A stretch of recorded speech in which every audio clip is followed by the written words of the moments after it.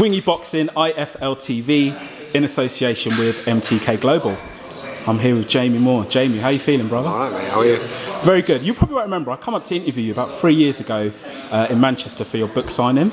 Yeah, I remember that, yeah. Yeah, and back then, I don't think you was coaching fighters. So within that short space... I had Tommy Coyle, that was it. Yeah, within that short space, you've got this massive stable. Before we talk about Catterall Davis, how's it going coaching all these fighters?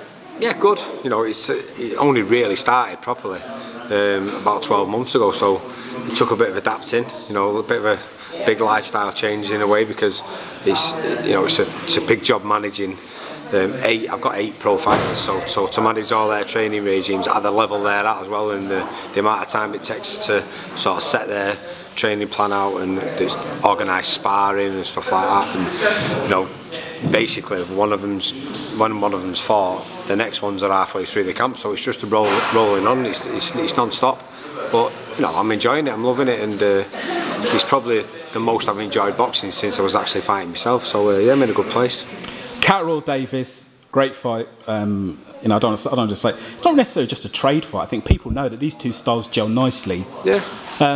Without doubt, of course, you're backing your man, but stylistically, how do you see the fight playing out from like both ends? I just think that, you know, Jack's the sort of fighter we've only got. That made me fucking jump there. Yeah, I was wondering what was going on, man. I don't know if that was Ohara coming for you, brother. I'm not sure. Yeah, I think, you know, he's lost one fight, and it was to Josh Taylor, and a lot of attributes what Josh Taylor used to beat Ohara Davis, Jack Catterall has. So it's not, you know, it doesn't take a rocket scientist to work out that we've got a bit of a blueprint to go off, but Jack Catterall does a lot of things what Josh Taylor doesn't do, which I believe will work well in this fight as well. So I don't think it's a case of Jack having to sort of overcome anything really that Ohara Davis' problems that he's going to bring. I think it's more a case of him avoiding getting nailed with that right hand.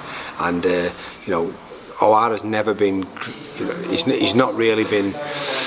How can I say? He's not very adaptable. He hasn't shown much versatility in his fights. He's basically gone in there, and pretty much as soon as that big right hand's landed, it's all over. But that's been against lesser opposition and people who aren't as cute and as slick as someone like Jack Catterall. So I'm not. You know, let's not beat around the bush. He's a massive puncher.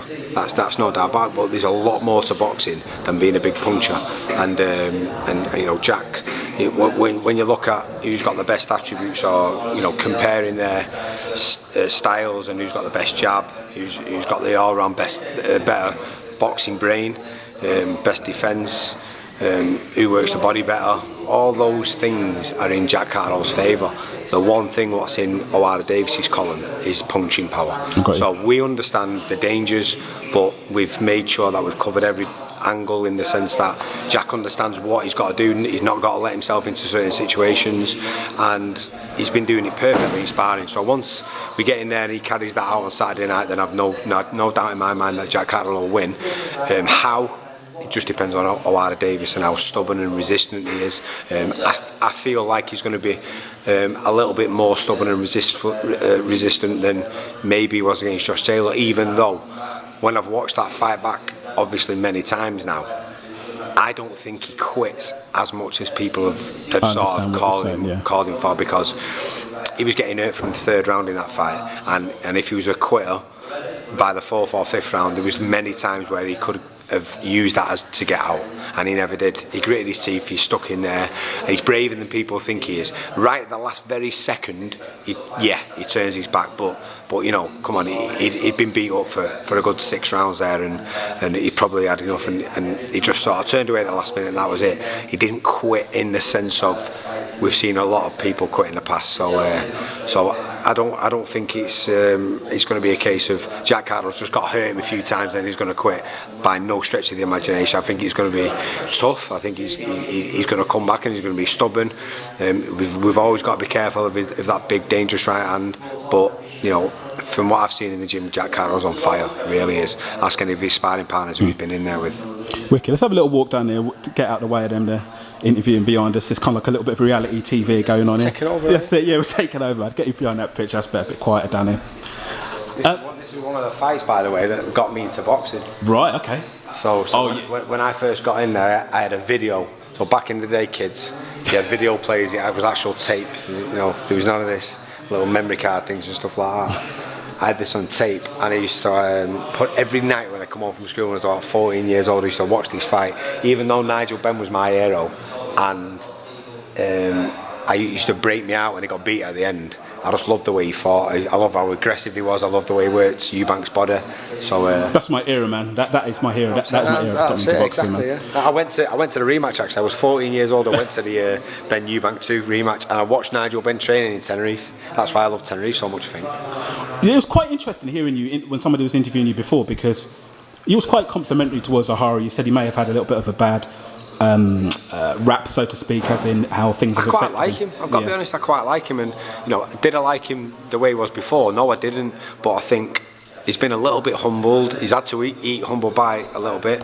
But I think that's done him good. I think he was being wrongly advised. Whoever was telling him that he had to be that outspoken, it wasn't working for him. And I honestly believe the stuff about the Hillsborough stuff and the Sun newspaper, I honestly believe he didn't understand the severity of what he was saying.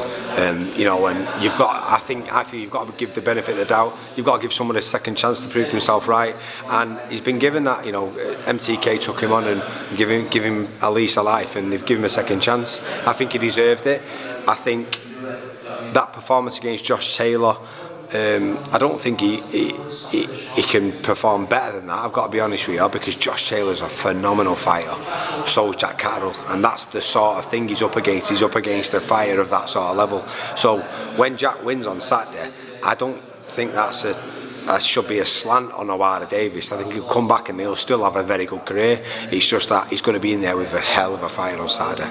Warrington, Frampton, obviously. Oof. That's a big one. Isn't it? That's a big one. Frampton, obviously your guy. What are your thoughts on that fight? Because it's interesting. I was actually speaking to Nicola Adams about it.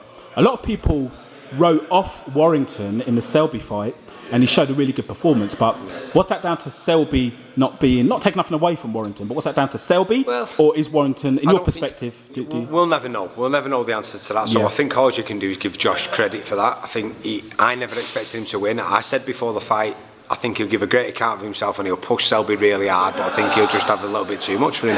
And it wasn't the case. He ran away with the fight. It was an unbelievable performance. I was ringside for it. And I'm so happy for him, because Steve Wood, who manages him, I've got the gym with Steve Wood. I've got a boxing equipment business. We're really close. He was my manager from the first fight to the last. So for him to get a world champion in Josh Warrington, I was over the moon for him. So it's unfortunate that we've got to go against each other. It's just, this happens in boxing.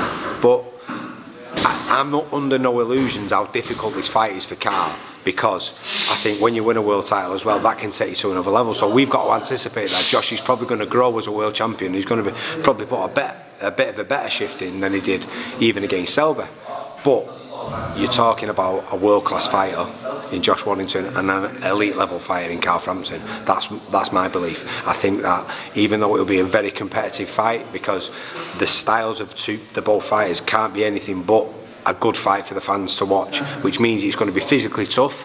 Josh has got a high output, so we understand we're going to have to be ready physically. But for Carl Frampton, does special things. When I watch him in the gym sometimes, it's like, wow. It's unbelievable. So I've no doubt it'll be a physically tough fight, but my guy won that fight. Tyson Fury, Deontay Wilder. Did you see the press conference? I've seen clips of him. I like asking people because the smile comes on people's face. Yeah.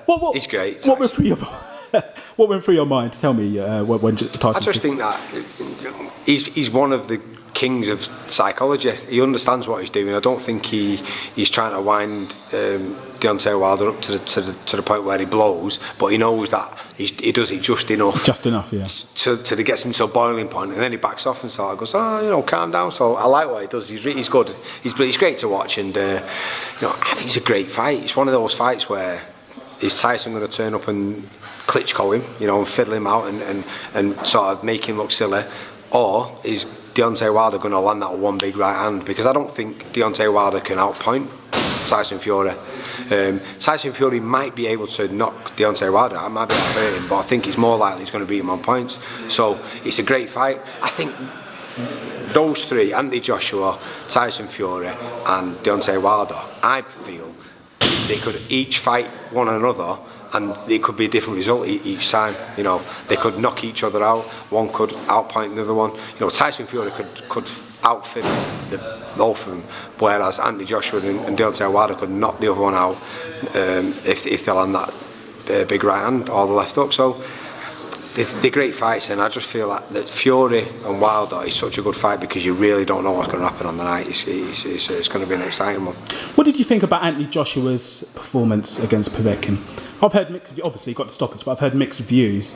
What was your thoughts on the performance? I thought it was a good performance. I thought it was a good, rounded, solid performance. I think it's shown that he's maturing. He's getting more experienced. Early on, he got caught a couple of times, and I think those little experiences, like when he got dropped against Klitschko, he's been able to come through those problems.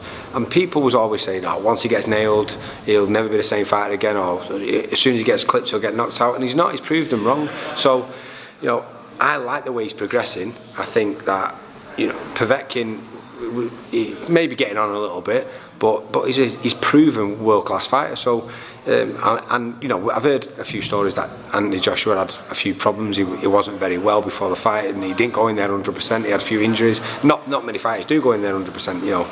But I'm not making excuses for him. I'm just saying that if that was a below par performance, then it was a very, very good performance considering all them circumstances. So yeah, it was a good fight to watch, and the way he finished him off.